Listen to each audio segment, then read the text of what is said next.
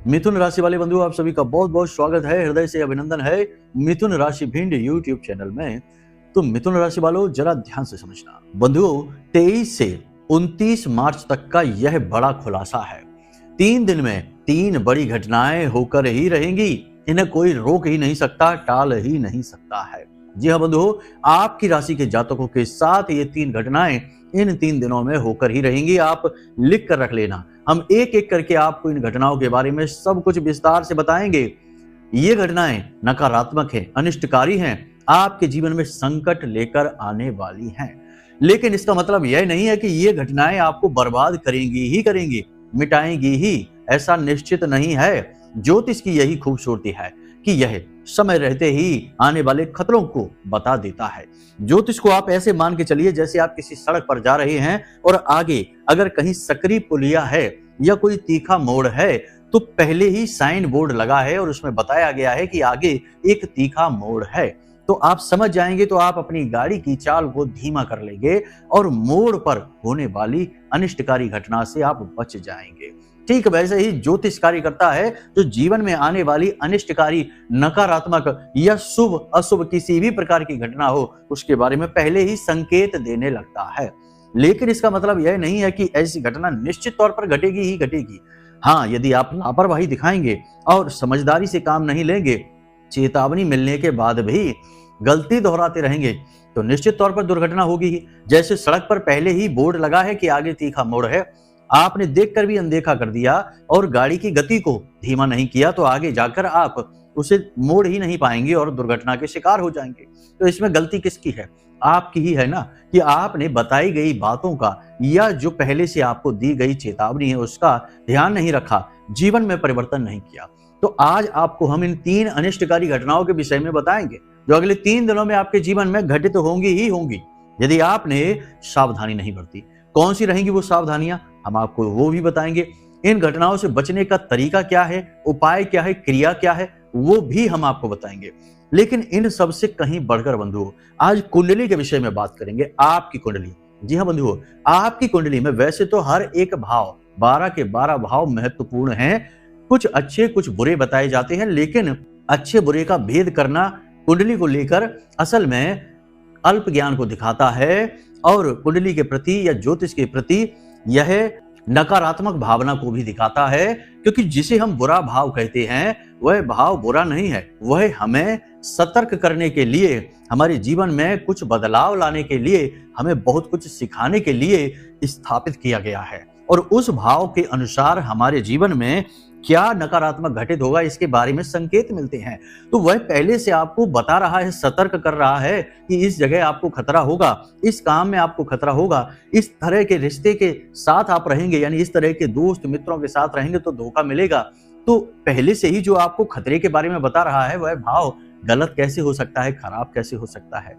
तो कुछ लोग इस तरीके से बात करते हैं कि 6वां भाव, 8वां भाव, 12वां भाव ये खराब भाव होते हैं, यहाँ से पीड़ाएं प्राप्त होती हैं। पीड़ाएं प्राप्त नहीं होती, पीड़ाओं के पहले ही पूर्वानुमान पता चल जाते हैं। तो इस तरीके की बातें हम नहीं मानते हैं। हम हर एक भाव को एक ही दृष्टि से देखते हैं और सम दृष्टि से देखते हुए आकलन करने की कोशिश करते हैं, तभी सही मार्गदर्शन प्राप्त हो पाता है। हजारों लोगों को श्रेष्ठ मार्गदर्शन मिला, जीवन में खुशियां आई, उनके फोन, उनके मैसेज इस बात का प्रमाण है। खैर, अब बात करते हैं आपकी कुंडली के विषय में, 2 महत्वपूर्ण भावों के विषय में। जी हाँ बंधुओं, इन भावों के विषय में आज चर्चा करना क्यों जरूरी है? चर्चा करना इसलिए जरूरी है क्योंकि शनिदेव राशि परिवर्तन कर रहे हैं। बहुत महत्वपूर्ण है शनिदेव का यह राशि परिवर्तन। किसी के जीवन में सुख, किसी के जीवन में दुख लेकर आएगा। किसी के दुख मिटाएगा तो किसी के सुखों पर ग्रहण लगा देगा। शनि का यही कार्य है। आपके कर्मों के आधार पर शनिदेव चलते हैं। तो यहाँ पर हम बात कर रहे हैं 10वें भाव की। आपकी कुंडली का जो 10वां भाव है वह आपके व्यापार का, आपके कर्म का, आपकी मेहनत का, आप किस प्रकार से धन कमाते हैं, मान सम्मान कमाते हैं, समाज में इज्जत रुतबा कमाते हैं, इन सब बातों का यह 10वां भाव है।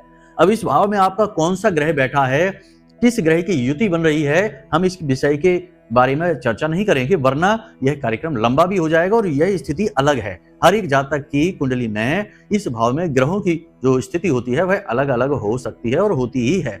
हम बात करेंगे इस भाव को एक्टिवेट करने के बारे में, इस भाव से पॉजिटिव रिजल्ट लेने के बारे में। फिर चाहे ग्रहों की स्थिति कैसी भी हो, आपको इस भाव से बहुत ही पॉजिटिव रिजल्ट मिलेंगे, क्योंकि यह भाव जीवन के लिए बहुत महत्वपूर्ण होता है।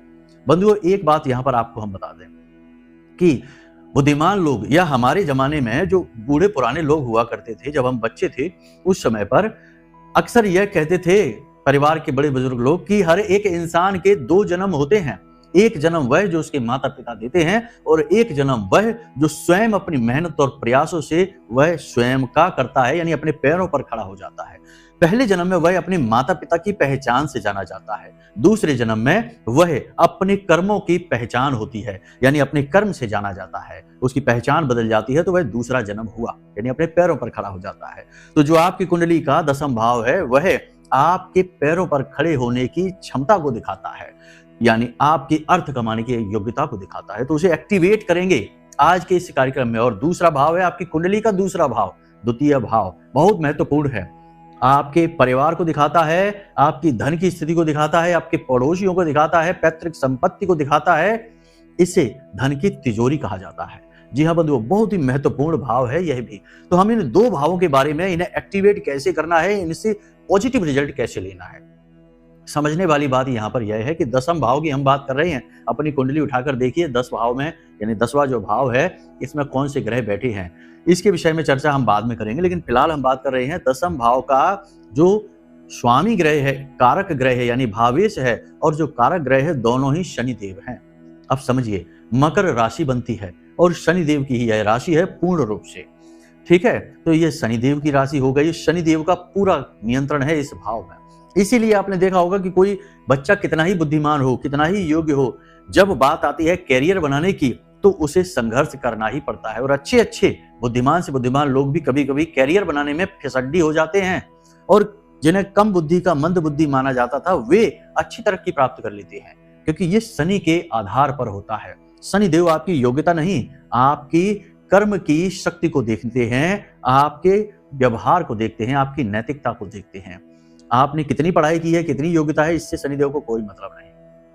तो इसे एक्टिवेट करेंगे, इससे पॉजिटिव रिजल्ट मिलेंगे, और शनिदेव का जो राशि परिवर्तन है इसका आपको पूरा लाभ मिलेगा, ठीक है। पहली बात ये। दूसरा यह है कि आपका जो द्वितीय भाव है यह धन की तिजोरी है। पैसा आपने कमाया, कितना पैसा आपके पास रुका। लोग अक्सर ये शिकायत करते हैं कि गुरुजी हम पैसा तो कमा लेते हैं लेकिन पैसा रुकता नहीं हमारे पास, एक तरफ से आता है और दूसरी तरफ से निकल जाता है। पता नहीं कैसी मतलब अजीब सी विडंबना है जीवन की कि ढेर सारा पैसा कमाने वाले भी यही बात बोलते हैं और जो कम पैसा कमाते हैं वो भी यही बात बोलते हैं कि पैसा रुकता नहीं है, एक तरफ से आया दूसरी तरफ से चला गया। इसके लिए उनके द्वितीय भाव में यानी दूसरे भाव में नकारात्मकता होती है, निश्चित तौर पर होती है। कारण इसका यह है कि दूसरा भाव शुक्र का, यानी इसका भावेश, इसका भाव स्वामी शुक्र बनता है और इसका कारक ग्रह गुरु बनता है।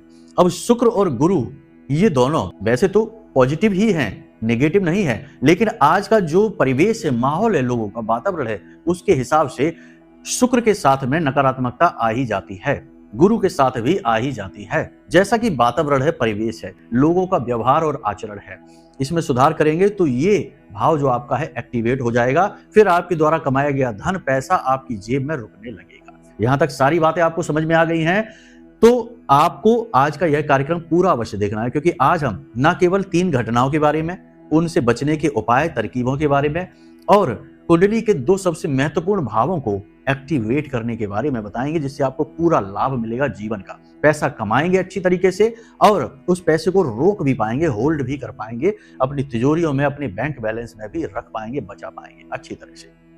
ये 2 विषय हो गए चर्चा के। लेकिन इन सब के बावजूद कार्यक्रम के अंत में हम आपको एक ऐसा महाशक्तिशाली उपाय बताने जा रहे हैं जो कलयुग के राजा से संबंधित है। आप समझ रहे होंगे, हमारे कार्यक्रम देखते हैं तो आपको पता होगा कि हम किसकी बात कर रहे हैं। जी हाँ, हम शनिदेव की ही बात कर रहे हैं। कलयुग के राजा को इतना खुश कर देगा, इतना प्रसन्न कर देगा कि आपकी हर गलती को वो माफ भी कर देंगे। मतलब बात यहाँ पर यह है, शब्दों को न पकड़ लेना, कहने का मतलब यह है कि छोटी मोटी जो अनजाने में की जाने वाली गलतियां हैं उन्हें क्षमा भी कर सकते हैं। ये उपाय इतना शक्तिशाली है। हम इस उपाय को बताएंगे, इसे आपको अपने घर में करना है और किस प्रकार करना है, कैसे करना है, इसके बारे में कार्यक्रम के अंत में चर्चा करेंगे। तो चलिए अपने मूल विषय को शुरू करते हैं, लेकिन इससे पहले महामाई को याद करेंगे। कमेंट बॉक्स में पूरे भक्ति भाव के साथ लिख डालिए, जय मां भद्रकाली कृपा करो, महामाई इतनी दयालु है कि निश्चित तौर पर आपके ऊपर कृपा करेंगी, हमें पूर्ण विश्वास है।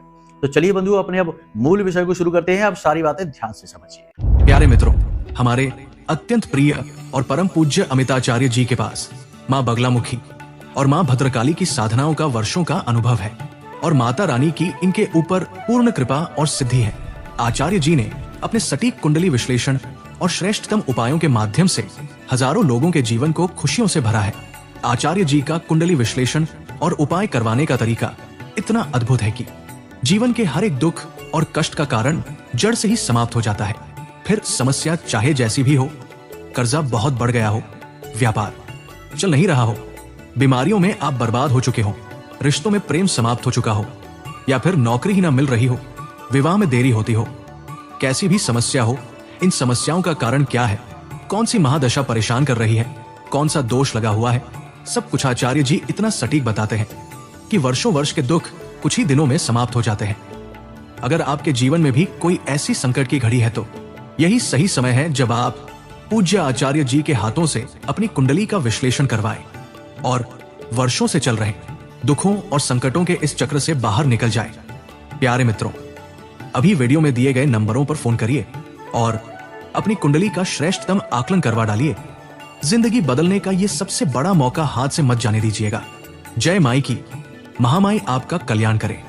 तो सबसे पहले बात करते हैं 3 नकारात्मक घटनाओं की, फिर आगे कार्यक्रम को बढ़ाएंगे धीमे धीमे। तो सबसे पहली नकारात्मक घटना क्या है? सबसे पहली नकारात्मक घटना है जो आपके स्वयं के व्यक्तित्व से जुड़ी हुई है और इसी का बिगड़ा हुआ रूप होगी। कैसे? ध्यान से समझिए। अगले 3 दिनों में आपको अपने आत्मविश्वास में बहुत कमी महसूस होगी, आपको शरीर में ऊर्जा की बहुत कमी महसूस होगी, थकावट आपके ऊपर हावी रहेगी, कमजोरी का आपको एहसास होगा, स्वास्थ्य आपको अपना ठीक नहीं लगेगा। कुछ लोग तो ऐसे भी होंगे जो इन 3 दिनों में, आने वाले 3 दिनों में डॉक्टर के पास भी चले जाएंगे दवा लेने के लिए, लेकिन दवा लेने के बाद भी पूरा लाभ प्राप्त नहीं होगा। जी हाँ, कहने का मतलब यह है कि मनोबल आपका टूटा रहेगा, किसी भी तरीके से हो आप आंतरिक कमजोरी महसूस करेंगे। अब इसका प्रभाव आपके कार्य पर पड़ेगा, कार्यशैली पर पड़ेगा, तो आपको कार्यस्थल पर अपमान का सामना करना पड़ सकता है। आपके जो सहयोगी हैं, जो साथी कर्मचारी हैं, वे आपके सहयोगी नहीं हैं, सहकर्मी हैं और आपके विरोधी भी हैं। तो आपके कार्यस्थल पर आपके विरोधी अति सक्रिय हो जाएंगे, शत्रु अति सक्रिय हो जाएंगे और आपकी इस कमजोरी का पूरा लाभ लेने की कोशिश करेंगे। उच्च अधिकारियों से आपको डांट पड़ सकती है, यानी कि ये जो नकारात्मक घटना है, ये जो लोग जॉब करते हैं, नौकरी करते हैं, उन लोगों के लिए बुरी खबर रहेगी। तो कहने का मतलब यह है कि आपको 3 दिनों में अपने स्वास्थ्य का विशेष ख्याल रखना होगा, विशेष ख्याल रखना होगा। खान पान पर ध्यान दें, जरूरत से ज्यादा भोजन ना ग्रहण करें, कम मात्रा में भोजन खाएं, पानी अधिक पिएं, शरीर में गर्मी बढ़ी हुई सी महसूस आपको होगी। तो ये चीजें हैं, इसको आप ध्यान में देना है। दूसरी घटना ज्यादा खतरनाक है, इसके लिए आपको ज्यादा सतर्क रहने की आवश्यकता है। पीठ के पीछे कोई आपको धोखा देने वाला है। जी हाँ बंधुओं, जहां तक हमारा अनुमान है, अनुमान से मतलब यह है कि जो हमारी माता रानी के द्वारा दी गई अनुभूतियां हैं, उनके आधार पर और ग्रहों की बन रही स्थितियों के आधार पर, क्योंकि यह जो समय काल है, यह राहु का समय काल है और राहु धोखे का प्रतीक है, माया का प्रतीक है, नकारात्मकता का प्रतीक है। तो आपका अपना ही कोई आपको धोखा देने वाला है। आप किसी अपने के मुख से ऐसी बातें सुनेंगे, ऐसे उसके काम हो जाएंगे जो आपको आश्चर्य में डाल देंगे। आपको यकीन ही नहीं होगा कि आपने तो इस पर इतना भरोसा किया था, यह कैसे ऐसी बात बोल सकता है। अब वह इंसान आपका पार्टनर हो सकता है, बिजनेस पार्टनर हो सकता है, आपका मित्र हो सकता है, आपका भाई, आपका जीवन साथी और यहां तक कि आपके पिता या माता में से भी कोई एक हो सकता है। जी हाँ बंधुओं, कलयुग की कड़वी सच्चाई है ये, आप मान लीजिए। सैकड़ों ऐसे हमारे पास फोन आते हैं, मैसेज आते हैं, जिनमें लोग दुनियादारी से नहीं, अपने पिता से प्रताड़ित चल रहे हैं, अपनी माँ से प्रताड़ित चल रहे हैं। जी हाँ बंधुओं, ये बात सुनने में अच्छी नहीं लग रही होगी, हमें भी बड़ी हिम्मत करके ये बात कहनी पड़ रही है, लेकिन ये सच है और जो सच है तो है, उसका क्या कर सकते हैं। तो बहुत सारे लोग ऐसे होंगे जो अपने रिश्ते से, अपने खास किसी व्यक्ति से धोखा खाने वाले हैं। सतर्क रहना है। आप क्या कर सकते हैं? सावधानी, यहां पर सावधानी ये कर सकते हैं कि किसी पर भी जो महत्वपूर्ण कार्य है उसकी जिम्मेदारी ना दें। महत्वपूर्ण कार्य जो आपके जीवन के हैं उन्हें आप स्वयं करें। पैसे रुपए की लेन देन आप स्वयं करें। कोई भी कागज डॉक्यूमेंट आप साइन करने जा रहे हैं, हस्ताक्षर करने जा रहे हैं, तो उस कागज को अच्छी तरह से पढ़ लें। कोई भी महत्वपूर्ण डील आप किसी के साथ करने जा रहे हैं, कोई सौदा करने जा रहे हैं, तो उस सौदे की पूरी जिम्मेदारी खुद लें।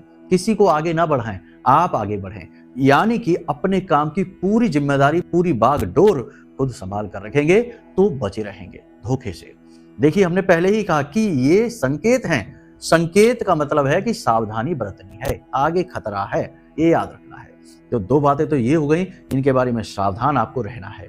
अब बात करते हैं तीसरी। अगले 3 से 5 दिनों में, जी हाँ बंधुओं, 3 से 5 दिनों में किसी प्रकार का निवेश आपने यदि कर दिया, आपको बहुत घाटा हो जाएगा। किसी बिजनेस की डील आपने कर ली, वह कैंसिल हो जाएगी, आपको नुकसान हो जाएगा।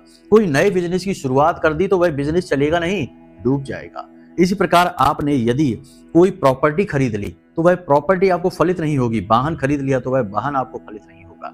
देखिए, दिन में, हर दिन में 1.5 घंटे का लगभग समय होता है, जिसे राहु काल कहते हैं। राहु काल में कोई भी नया शुभ कार्य करते हैं, बिजनेस हो, व्यापार हो, रिश्ता नाता हो, कोई खरीद बिक्री हो, कुछ भी करते हैं तो वह असफल हो ही जाती है। और अभी तो पूरा राहु का नियंत्रण ही चल रहा है। 3 ग्रहों पर पूर्ण नियंत्रण होने जा रहा है, चल ही रहा है, होने क्या जा रहा है, अभी चल ही रहा है। तो ऐसे में यदि आपने कोई नया कार्य कर डाला, व्यापार में कहीं कोई निवेश कर डाला, किसी ने आपको सलाह दी कि इस बिजनेस में पैसा लगा दो, हम आपके साथ हैं, हम पार्टनर हैं, या हम पार्टनर बन जाते हैं, हमारे साथ आ जाओ, नहीं, बिल्कुल नहीं, किसी भी हाल में नहीं। कोई भी नया महत्वपूर्ण कार्य आपको अभी फिलहाल 3 से 5 दिनों तक, यानी शनिदेव का जब तक राशि परिवर्तन नहीं हो जाता तब तक नहीं करनी है। उसके बाद क्या करना है, कैसे करना है, तब की तब देखी जाएगी, फिलहाल नहीं, क्योंकि उसके बाद भी परिस्थितियां कोई खास अच्छी नहीं होंगी, क्योंकि शनि और राहु का मिलन हो जाएगा। और शनि और राहु का मिलन भी कोई अच्छा मिलन नहीं है, बहुत ही नकारात्मक होता है। पिशाच योग कहते हैं इसको, आप नाम से ही समझ जाइए कि ये पिशाच है, तो ये तो और ज्यादा मिटाएगा। तो फिलहाल कोई भी नए कार्य की शुरुआत के बारे में ना सोचें, अभी शांति से बैठे, जो चल रहा है उसी को चलाएं, उसी में पूरा मन लगाएं, पूरा जोश मन में बना के रखें। दूसरा कि पॉजिटिव रहिए, मन में हमेशा सकारात्मक विचार रखिए।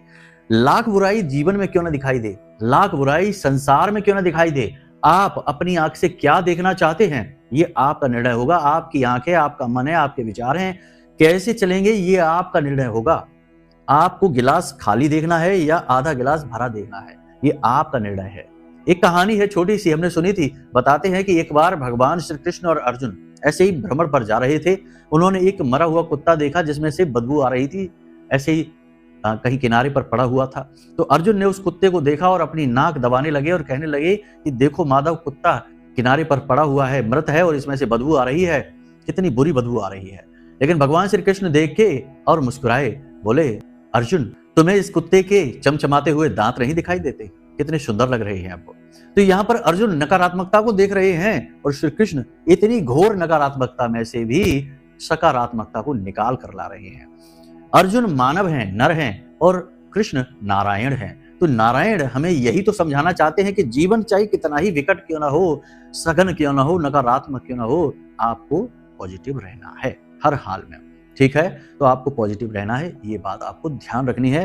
कहीं भी निवेश नहीं करना है, किसी भी डील को आगे नहीं बढ़ाना है, जो जैसा चल रहा है वैसा ही चलने देना है। अपने स्वास्थ्य का विशेष ख्याल रखना है, वाहन संभल कर चलाना है, भारी मशीनरी से संभल कर काम करिए, फैक्ट्री है, काम तो करना ही पड़ेगा। सतर्क रहना है, अलर्ट रहना है, आलस बिल्कुल नहीं करना है, रुपए का लेन देन नहीं करना है, किसी को उधार नहीं देना है, और उधार कोशिश करें कि ले भी नहीं। जी हाँ, ऐसी स्थिति आ सकती है कि उधार लेना पड़ सकता है, लेकिन आपको लेना नहीं है। ठीक है, पहली चीज। अब यहाँ पर बात करते हैं उन 2 भाव के बारे में जिनकी हमने कार्यक्रम की शुरुआत में बात की थी, वो भी महत्वपूर्ण हैं। उसके बिना ये कार्यक्रम पूरा नहीं होगा, क्योंकि अंत में हम उपाय भी बताएंगे, उपाय भी आपको जानना बहुत जरूरी है। तो ये 2 भाव, सबसे पहले दशम भाव की बात करते हैं। यही सबसे महत्वपूर्ण बात है, क्योंकि आज का जो हमारा कार्यक्रम है ये शनिदेव पर ही केंद्रित है और राहु पर भी केंद्रित है। तो शनि और राहु तो मित्र हैं। शनि यदि आपके पॉजिटिव हो गए तो राहु पॉजिटिव हो ही जाएगा। राहु सहचर्य से फल देता है। ठीक है, तो आप समझिए, जो आपका दशम भाव है वह शनिदेव से समर्पित है, उनसे ही जुड़ा हुआ है। शनिदेव खुश, वह भाव एक्टिव हो गया, पॉजिटिव हो गया। तो आपको क्या करना है, ध्यान से समझिए। 2-3 चीजें आपको करनी है और 2-3 चीजें आपको नहीं करनी है। महीने में 8 तारीख, 17 तारीख और 26 तारीख को आपको कोई भी डील नहीं करनी है, कोई भी महत्वपूर्ण कार्य नहीं करना है। ठीक है, इन्हें आपको टाल देना है। काले रंग की पेन से कहीं कोई साइन नहीं करना है, सिग्नेचर नहीं करना है, कोई भी अंक नहीं लिखना है, ठीक है। तीसरा, काले रंग की कोई भी वस्तु या नीले रंग की कोई भी वस्तु मुफ्त में नहीं लेनी है, खुद भी पहनना नहीं है, धारण नहीं करनी है। जैसे कि लोग पहन लेते हैं, यूनिफॉर्म वगैरह है तो वह बात एक अलग है, वैसे सामान्य तौर पर ना पहने। इसी के साथ साथ जंग लगा हुआ लोहा वगैरह यदि आपके घर में पड़ा हुआ है तो उसे हटा देना है। साथ ही सड़ी हुई लकड़ी वगैरह आपके घर में खोटे सिक्के वगैरह हैं तो इन्हें भी आपको हटा देना है। लेकिन इन सबसे कहीं महत्वपूर्ण, इस भाव को एक्टिवेट करने के लिए आपको क्या करना है, कम से कम सप्ताह में एक बार किसी अपाहिज भिखारी को अन्न और धन का दान अवश्य करना है। यह बंधु, ये बहुत ही बड़ा उपाय है शनिदेव को प्रसन्न करने का। याद रखना कि जो कमजोर वर्ग के लोग होते हैं, व्यापारी होते हैं कमजोर, जो लेबर वर्कर हैं, कारीगर हैं, और जो भिखारी हैं, खास तौर से जो अपाहिज हैं, अपंग हैं, उनके अधिपति शनिदेव होते हैं। अब यदि आपने उन्हें प्रसन्न कर दिया, उन्हें आपने खुश कर दिया, तो शनिदेव मुस्कुराएंगे, प्रसन्न हो जाएंगे। तो आपको कम से कम सप्ताह में एक बार ऐसा करना ही है कि मंदिर जाइए, 100% आपको कोई ना कोई अपाहिज भिखारी मिलेगा ही मिलेगा। ये शनिदेव की माया है। हर मंदिर में, जो मंदिर ढंग का हो, थोड़ा बड़ा हो, जहां भीड़ रहती हो, ऐसी जगह की बात हम कर रहे हैं, तो ऐसे मंदिर में एक ना एक अपाहिज भिखारी अवश्य बैठा होगा। एक ना एक ऐसा भिखारी अवश्य बैठा होगा जिसकी एक आंख खराब होगी। जी हाँ बंधु, जिसकी आंख खराब है वह भिखारी राहु है। और जो अपाहिज है, यानी जिसके हाथ पैर खराब हैं या कुछ प्रकृति की देन है, प्रभु की माया है, तो वह शनिदेव का प्रतीक है। तो आप जरूर इस बात को नोटिस करना, मंदिर जाना, इस दो तरीके के भिखारी आपको अवश्य एक ना एक अवश्य वहां मिलेगा। आपको इस अपाहिज भिखारी को दान करना है, अन्न का दान और धन का दान। ये दोनों सबसे बड़े दान है कलयुग के, इन्हें आपको करना है।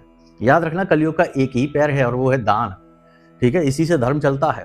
पहली चीज ये हो गई। दूसरी चीज, दूसरा भाव आपका आ गया द्वितीय भाव। द्वितीय भाव में शुक्र और गुरु, शुक्र हैं इसके भाव स्वामी और गुरु हैं कारक। तो अब यहां पर ध्यान से समझिए, शुक्र एक स्त्री ग्रह है, स्त्री सुख को दिखाता है, ठीक है, धन वैभव ऐश्वर्य और इनकम को दिखाता है। तो अब यहां पर स्त्रियों से आपको सम्मान के साथ बात करनी है। हमने कहा था कि आज का जो परिवेश है उसके लिहाज से शुक्र तो लगभग सभी का खराब ही चलता है, बहुत ही कम ऐसे होंगे जिनका अच्छा होगा। किसी भी स्त्री का आप अपमान करेंगे, उसे नीची दृष्टि से देखेंगे, उसे हीन भावना से देखेंगे, उसके साथ गलत व्यवहार करेंगे, शोषण करेंगे, तो आपका शुक्र सही हो ही नहीं सकता किसी कीमत पर। शुक्र कौन है? माता लक्ष्मी का प्रतीक है। जब शुक्र खराब तो माता लक्ष्मी नाराज। फिर लाख प्रयास करिए, खूब पैसा कमा कर लाइए, पैसा रुकेगा नहीं। घर में ऐसा लगेगा जैसे एक तरफ से दरवाजा खुला है, इधर से पैसा आया उधर से चला गया, तो ये चीज बनी रहेगी। महिलाओं का भूल कर भी अपमान नहीं करना है। महिलाएं पूजनीय हैं हमारे यहाँ। यत्र नार्यस्त पूज्यन्ते रमन्ते तत्र देवता, याद रखना इस बात को। तो महिलाओं का अपमान नहीं करना है। अगर आपको कुछ बुरा लग रहा है, कोई महिला आपको उकसाने की कोशिश कर रही है, आपकी सहकर्मी है, आपकी पत्नी है, आपकी बहन है, आपकी माँ है, कोई भी रिश्ता है, महिला है, अगर आपको गुस्सा आ रहा है, उनकी बात अच्छी नहीं लग रही है, स्थान छोड़ दीजिए, परंतु अपमान नहीं करना है, कठोर शब्दों का प्रयोग नहीं करना है, ठीक है। पहली चीज ये है, नियंत्रण जितना हो सके उतना रखें। अब पहली चीज तो ये हो गई। दूसरी चीज कि अपने घर में केले का एक पौधा लगाइए। लोगों के यहाँ पौधा लग जाता है, हमने देखा कि सलाह दी, उन्होंने पौधा लगा दिया, परंतु उस पौधे के साथ करना क्या है उन्हें पता ही नहीं है। प्रतिदिन उस केले के पौधे के नीचे गाय के घी का एक दीपक जलाना ही जलाना है। ये आदत बना लीजिए। प्रतिदिन गाय के घी का एक दीपक उस केले के नीचे आपको जलाना ही है। छोटा सा पौधा होगा तब भी उसके नीचे आपको जलाना है। थोड़ा पौधे से दूर रखे, उसे जला ही नहीं देना है, ठीक है। लोग बहुत से ऐसे होते हैं जो अक्षरों को पकड़ते हैं, शब्दों को पकड़ते हैं, भाव को नहीं पकड़ते, उनके लिए ये कहना पड़ता है। तो आपको एक गाय के घी का दीपक जलाना है। और यदि आपने उस केले की जड़ में रोज नहीं तो गुरुवार के दिन ही हल्दी और मिश्री मिला हुआ जल समर्पित कर दिया तो आपकी तिजोरी भर गई, पूरी तरह से भर गई। ध्यान से समझिए, ये नारायण और लक्ष्मी का भाव है। शुक्र कौन है? माता लक्ष्मी है। और गुरु कौन है? नारायण का प्रतीक है, नारायण का ही स्वरूप है गुरु। इसीलिए तो गुरुवार के दिन नारायण की और लक्ष्मी की, माता लक्ष्मी की पूजा की जाती है। तो ये नारायण और लक्ष्मी को प्रसन्न करने का भाव है। यहां पर आपने समझ लिया कि इस भाव को कैसे एक्टिवेट करना है। ये दो क्रियाएं आप करिए, शनि को प्रसन्न करने की और इधर गुरु और शुक्र को प्रसन्न करने की, और आपके दोनों भाव एक्टिव हो जाएंगे। एक तरफ तो आप खूब पैसा कमाएंगे, दूसरी तरफ आप खूब पैसा बचाएंगे, दोनों बातें हो जाएंगी। कमा लेने से ज्यादा पैसा खर्च करने के लिए अक्ल चाहिए, समझदारी चाहिए, ये कहावत है। तो ये चीज आपके ऊपर लागू हो जाएगी, ठीक है।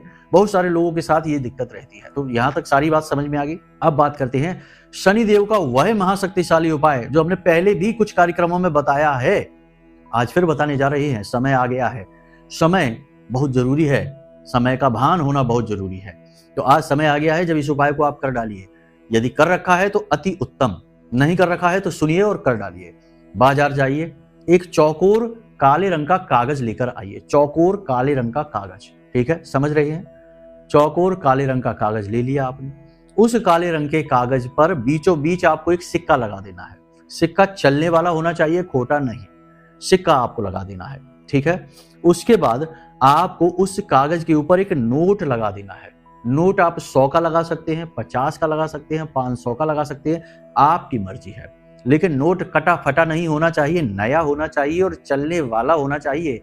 ऐसा नहीं कि खोटा उठा लिया, जो चल नहीं रहा है वो लगा दिया, नहीं, इससे तो बात और बिगड़ जाएगी। नोट आपने लगा दिया, ठीक है, समझ रहे हैं आप। कागज आपने लिया, उसके बीच में एक सिक्का लगा दिया, उसको आप बाजार से थोड़ी सी गोंद ले आना और उससे लगा देना।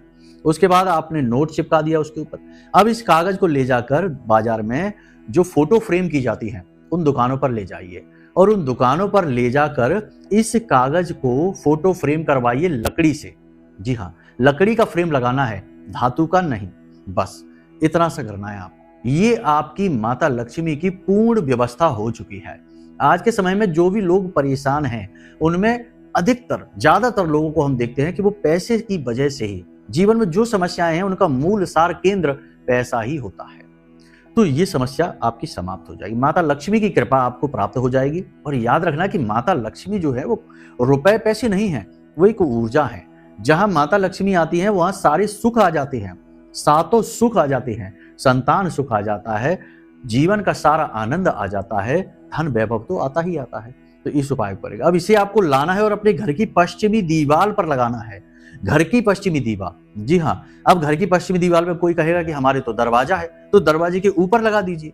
कोई कहेगा कि हमारे यहाँ तो वहां अलमारी बनी है, तो अलमारी के ऊपर लगा दीजिए। वैसे भी ये तस्वीर आपको ऊपर ही लगानी है, लेकिन ठीक पश्चिमी दीवार पर लगाना है, क्योंकि पश्चिम दिशा शनि की दिशा है और उस दिशा में जो कुछ भी रखा होता है वह बढ़ता चला जाता है, बढ़ता चला जाता है। और इस उपाय की एक बहुत बड़ी खूबी यह है कि इससे आपका दशम भाव कुंडली का पॉजिटिव हो जाता है और एक्टिवेट हो जाता है। जी हाँ बंधुओं, बहुत ही शक्तिशाली उपाय है, इसे आप कर डालिए। अब सावधानी ये है कि जो पश्चिमी दीवार है उसे, उसके नीचे जूते चप्पल नहीं होने चाहिए, गंदगी नहीं होनी चाहिए, और उस दीवार पर, यानी जहां जिस कमरे में भी वो दीवार है उस कमरे में साफ सफाई होनी चाहिए, मकड़ी के जाले नहीं होने चाहिए और प्रकाश की पूरी व्यवस्था होनी चाहिए, ठीक है, अंधेरा नहीं होना चाहिए। तो आप देख लेना कि आपको कैसे करना है इस उपाय को। इस उपाय को आप कर जरूर लेना, ये जो समय चल रहा है इस समय की मांग है ये उपाय।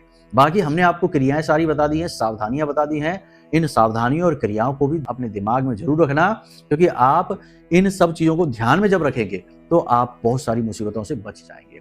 अब आप हमें बाद में, जब आपके जीवन में ये 3 से 5 दिन का समय गुजर जाए, उसके बाद कौन कौन सी घटनाएं घटी हैं कमेंट करके अवश्य बताना। ज्यादातर लोगों के जीवन में ये घटनाएं घटेंगी ही घटेंगी। एक आध घटना हो सकता है ना घटे, लेकिन अधिकतर घटनाएं जो हमने आपको बताई हैं वो घटित होंगी ही होंगी। बस बारीकी से नजर जरूर रखना, ऐसे बिल्कुल ही अनदेखी करते चले जाओगे तो एक दिन गड्ढे में गिर जाओगे। सावधानी बहुत जरूरी है। तो उम्मीद करते हैं बंधुओं की सारी बात आपको समझ में आ गई है। इन बातों का प्रयोग करके आप अपने जीवन को सुंदर बना पाएंगे। अब यदि कोई मन में प्रश्न उठता है, या कुंडली का विश्लेषण करवाना है, या महामाई के विशेष अनुष्ठान में भाग लेना है 9 दिनों तक, तो कोई भी जानकारी आप वीडियो में दिए गए नंबर पर फोन करके प्राप्त कर सकते हैं। और मन में जो भी सवाल हैं, जो भी आपके उत्सुकताएं हैं, सब कुछ आप फोन पर जानकारी लेकर प्राप्त कर सकते हैं, अपनी मन की उत्सुकताओं को शांत कर सकते हैं। तो चलिए बंधु, आज के इस कार्यक्रम को यहीं समाप्त करते हैं। हमेशा हंसते रहिए, मुस्कुराते रहिए, सकारात्मक रहिए, क्योंकि सब उसी का दिया है, उसी के लिए है। हमारा जीवन भी तो उसी ने दिया है, जब चाहे तब ले सकता है। तो दुख काय का, परेशानी काय की, बस आनंद लीजिए और मुस्कुराते रहिए। प्रेम से बोलिए जय माई की। महामाई आपका कल्याण करेंगे। धन्यवाद। हमारे प्रिय और परम पूज्य आचार्य जी ने अपनी साधनाओं के अनुभवों पर आधारित शक्तिशाली उपाय और क्रियाओं के माध्यम से हजारों लोगों के जीवन को पूरी तरह से बदला है। आचार्य जी के द्वारा बताया गया हर एक उपाय इतना सटीक और कारगर होता है कि जो भी इसे पूरे भाव के साथ कर लेता है उसे साक्षात महामाई की कृपा और आशीर्वाद प्राप्त हो जाती है। इसलिए निसंकोच इन उपायों को पूरे भाव के साथ करिए, आपका कल्याण होगा। जय माई की।